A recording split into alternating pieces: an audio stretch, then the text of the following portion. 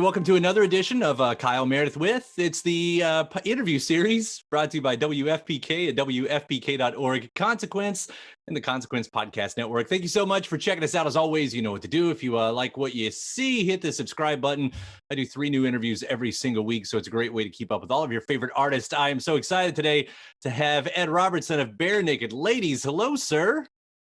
Good to be on, Kyle. Thanks for having me. Oh man, congratulations. Brand new record, Detour de Force is coming out. Album number 16. That's not shabby. That's what I hear. We've been doing this a while. I love this new record, man. It's so cool to be this excited about new music this far into our career. See these gray hairs? I've earned every one of them. I bet. Yeah, I love the new record. We honestly felt like this was a tour de force for the band, and the detour that we were all forced to take because of the pandemic lockdown just seemed to make Detour de Force the right title for the record. Yeah, it pretty much spells it out right there, I think, for everybody's life. I mean, that's lining it up.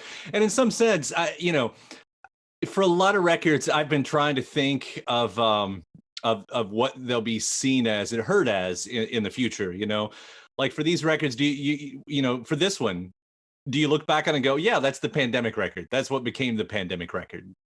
Well, I think what's interesting about this record is it was all written pre-pandemic, and the recording process kind of straddled the beginning of lockdown. Maybe I'm clairvoyant because I really feel like I was writing about the place we all ended up in together, which was isolated and being fed a veritable fire hose of bad news.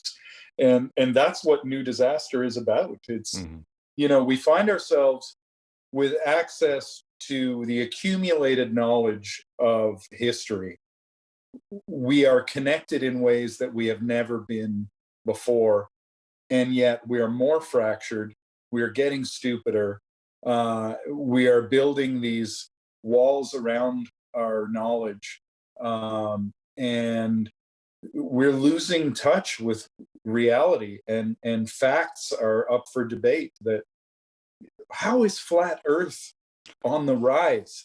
How are these conspiracy theories, which are so readily disproven, how is that stuff on the rise? Right. And it's a very strange time, and I wrote a lot about it on this record. Yeah, when you look at the first single, and you do talk about seeing things from different perspective, at least listening to different perspectives. But you brought up that song that you've got on here with Flat Earth, and I thought, does this count? Is this one of the moments where we're going to listen to that other perspective? Because I don't feel good about that. Yeah. Well, what's interesting is we still have to listen. We have to have conversations, right? There was a great documentary that came out in the last couple of years called Behind the Curve, and I loved it because it was a documentary about the rise of flat Earth thinking. And it'd be very easy to make a documentary and say, "Look at these idiots," but it wasn't what that documentary did. It was actually a very empathetic and compassionate take, and it was more about like, how do people fall into these traps of finding these communities of people that also don't know what they're talking about, and they find kinship there, and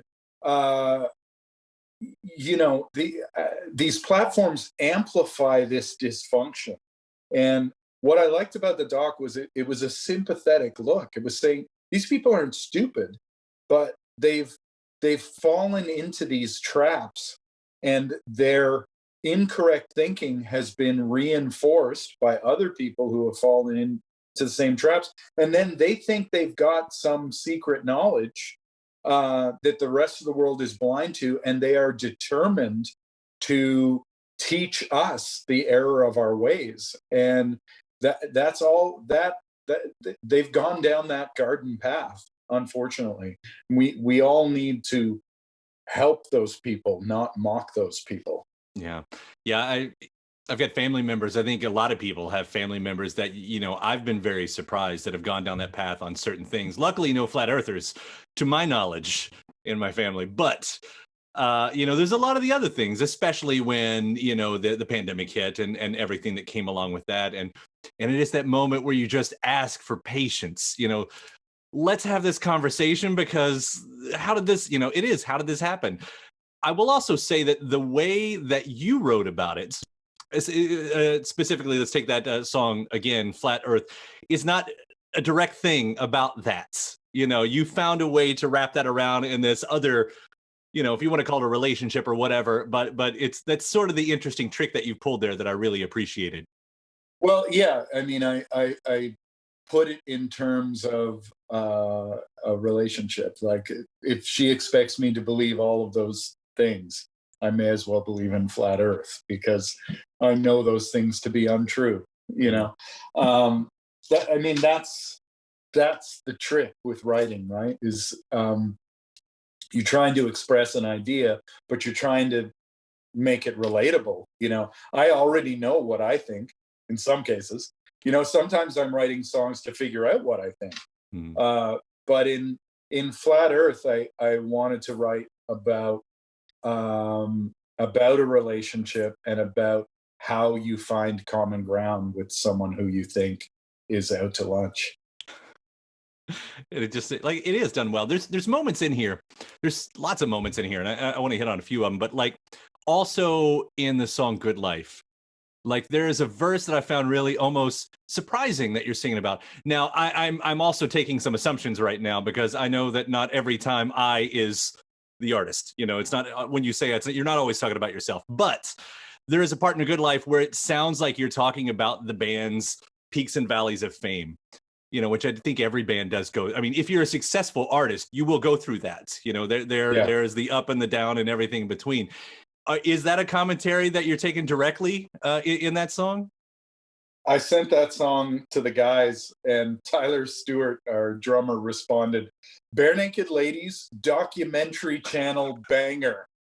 Um, that song is absolutely the story of the band and wrestling with the ups and downs of being in a band for 30 plus years.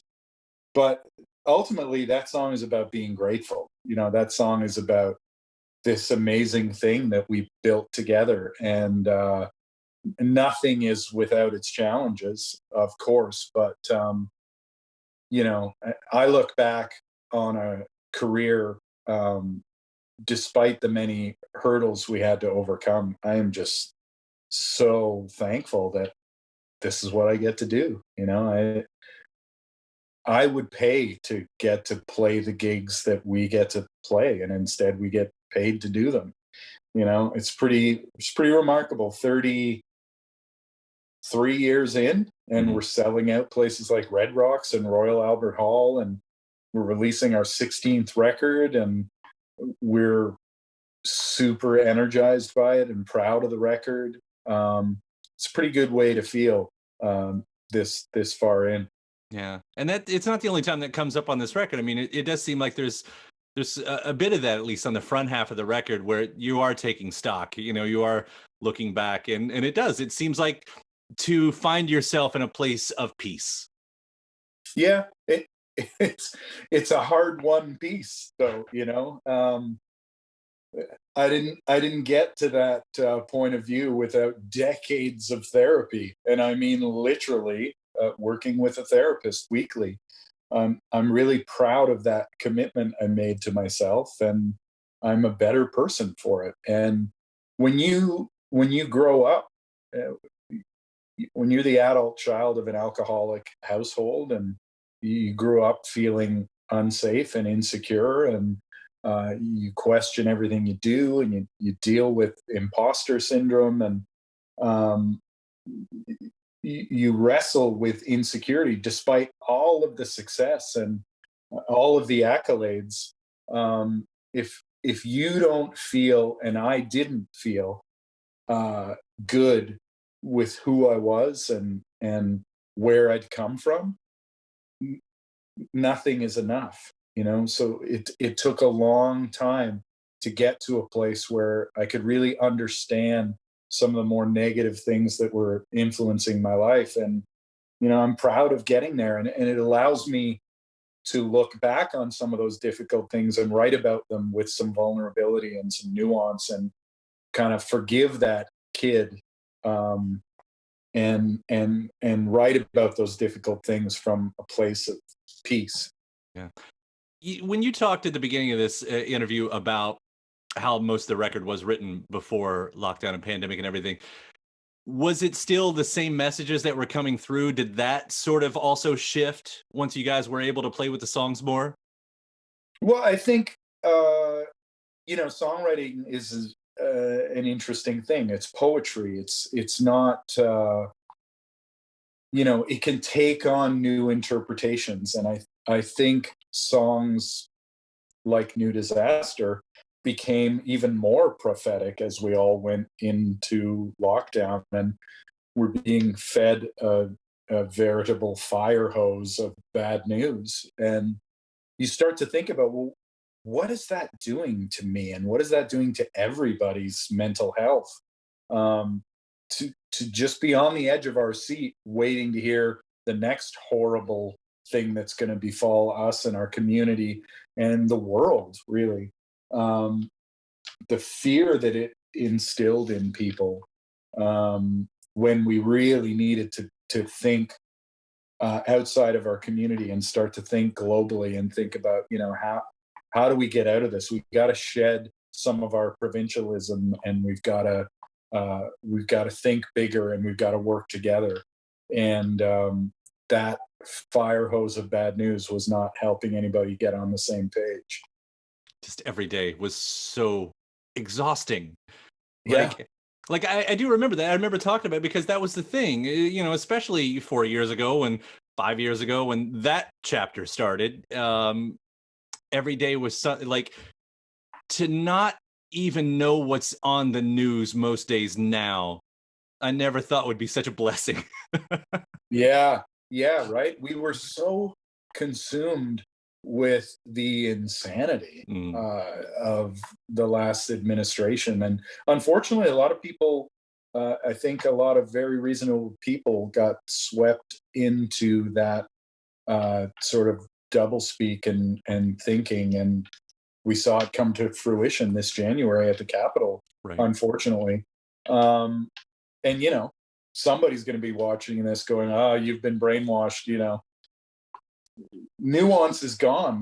There's no room for conversation anymore. You're either with us or against us. And that's a really unhealthy place to be.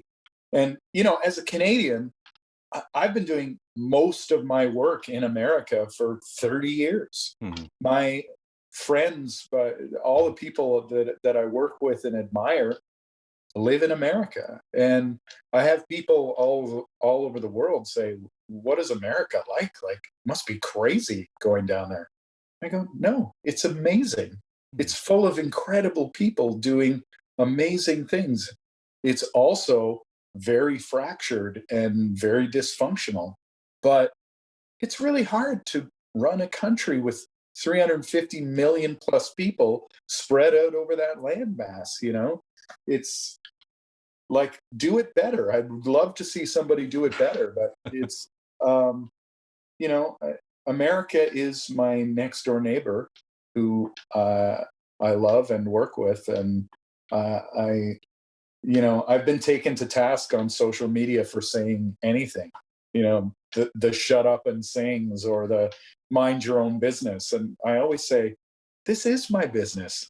I love that country. I love America. I work there. I believe in it. I have friends there. I care about it. I have a stake in it. What is done in America affects my life in Canada. Right. And my criticism and my commentary comes from a place of love and admiration. And when you shut down those voices and you can't listen to people who care about you, you're getting into a bad place.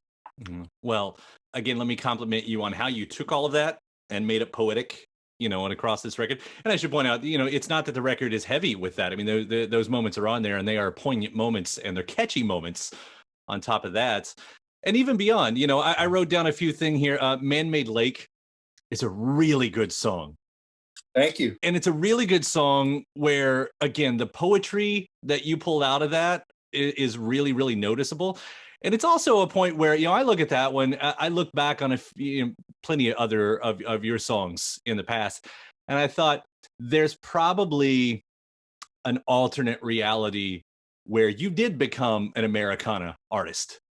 That's it. And you've talked about, coming up and loving folk music, especially in the early days, and maybe even still now. But do you see that? I mean, could there have been a moment where you took a very different route and that was more of what you did? I co-wrote that song with a friend of mine, Donovan Woods, who's become a real hot country writer. And he has made some of my favorite records in the last 5 or 6 years. He's just an incredible writer. It was great to sit down and write a couple songs with him, which I did for this record, God Forbid and Man-Made Lake.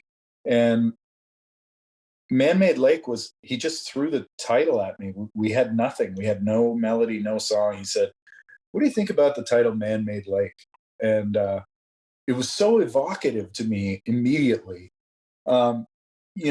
The place where I have done the bulk of my writing for the last 20 plus years is a cottage in Northern Ontario that is on a man-made lake. And now it just happened to be man-made over 100 years ago, so it doesn't appear. So it's this beautiful place. It's a refuge for me, but some people would say that in a dismissive way. Well, it's a man-made lake. It's not real. It's not natural beauty. But it's one of the most beautiful places in the world. It's just had time to adapt and grow into this beautiful natural place. But I grew up here in Southern Ontario, literally skiing on a garbage dump, on a landfill, because that was the only way we could get enough height to ski on. So I used to ski at Mount St. Louis Moonstone. Well, Mount St. Louis was a literal landfill garbage dump. They just piled the garbage high enough to make a ski hill out of it. And it was a great place to learn how to snowboard, but I was skiing on garbage. This is definite metaphors just somewhere if you need them, right? They're just presenting themselves like here. They're ripe for the taking. And Donovan and I hit it off, and that was a fun song to write. Yeah. And then to hear that one go into Internal Dynamo, which, is this a song that will everything be played live? Is that a song that you can see plucking for the live show? I can't wait to do that song live. That song is indicative of the way we've been ending our shows for the last 10 years, where I go back behind the drum kit and Tyler comes out front and sings. And I love those moments in the show because the whole audience goes, "Oh my God, that drummer is an amazing singer." And they go, "Holy shit, that singer's a wicked drummer." So it's we toured with the Violent Femmes 6 or 8 years ago. And Brian Ritchie, the bass player, coined it the Tyler Show. He said, "Oh, I love how you guys end with the Tyler Show. It's so fun."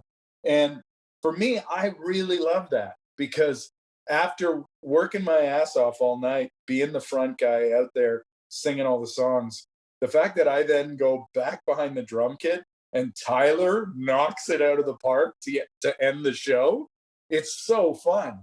And I think it's such an unexpected twist to the show for people that haven't seen the band before. So for Kev to bring Internal Dynamo to the band in kind of its early stages, and he thought, well, he said, "I thought we could really do it like the end of the show and actually do it where Ed plays drums and Ty sings." It was so fun to record, and I can't wait to do it live.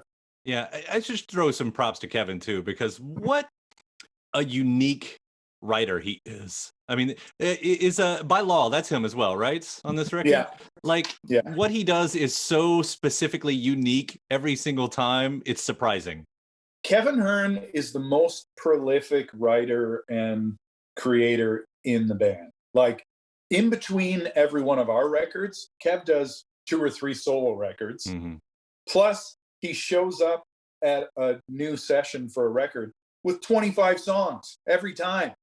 Like, he's so creative and such an incredible writer. And on top of that, he takes my very skeletal, simple songs and adds these brush strokes that make them so nuanced and interesting.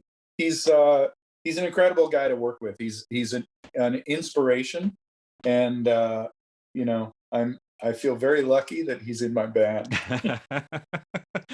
Secret weapon style right there. Totally. Not so secret, but secret weapon. Yeah, right. Our band is full of secret weapons. We've got Shadow Warrior Kevin Hearn bringing it all day, songs and multi-instrumentalist.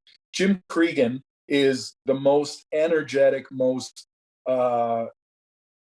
adventurous bass player, like from stand-up bass to electric bass to cello.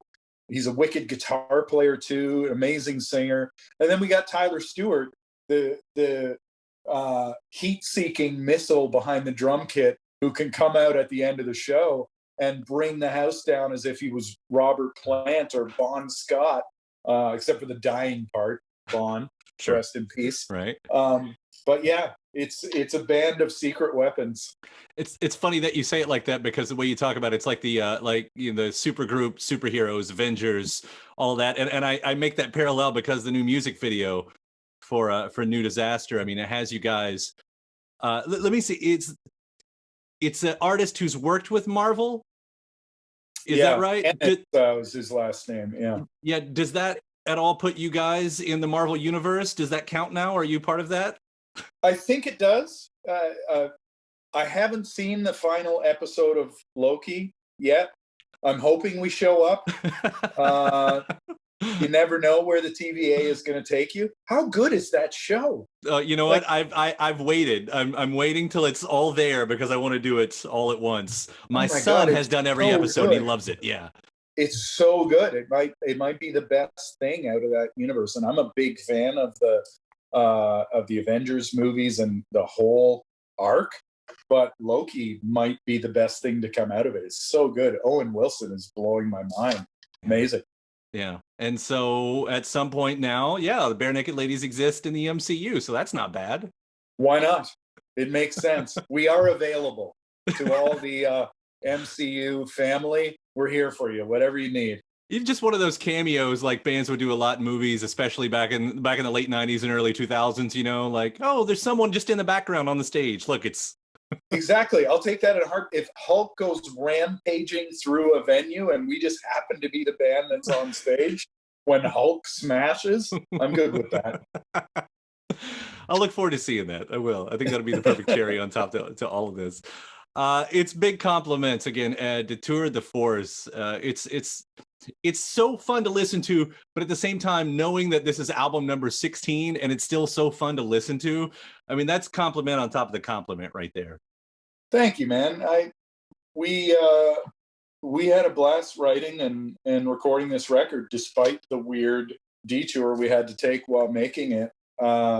I'm super proud of it, and I can't wait to get out and start playing some of these songs live.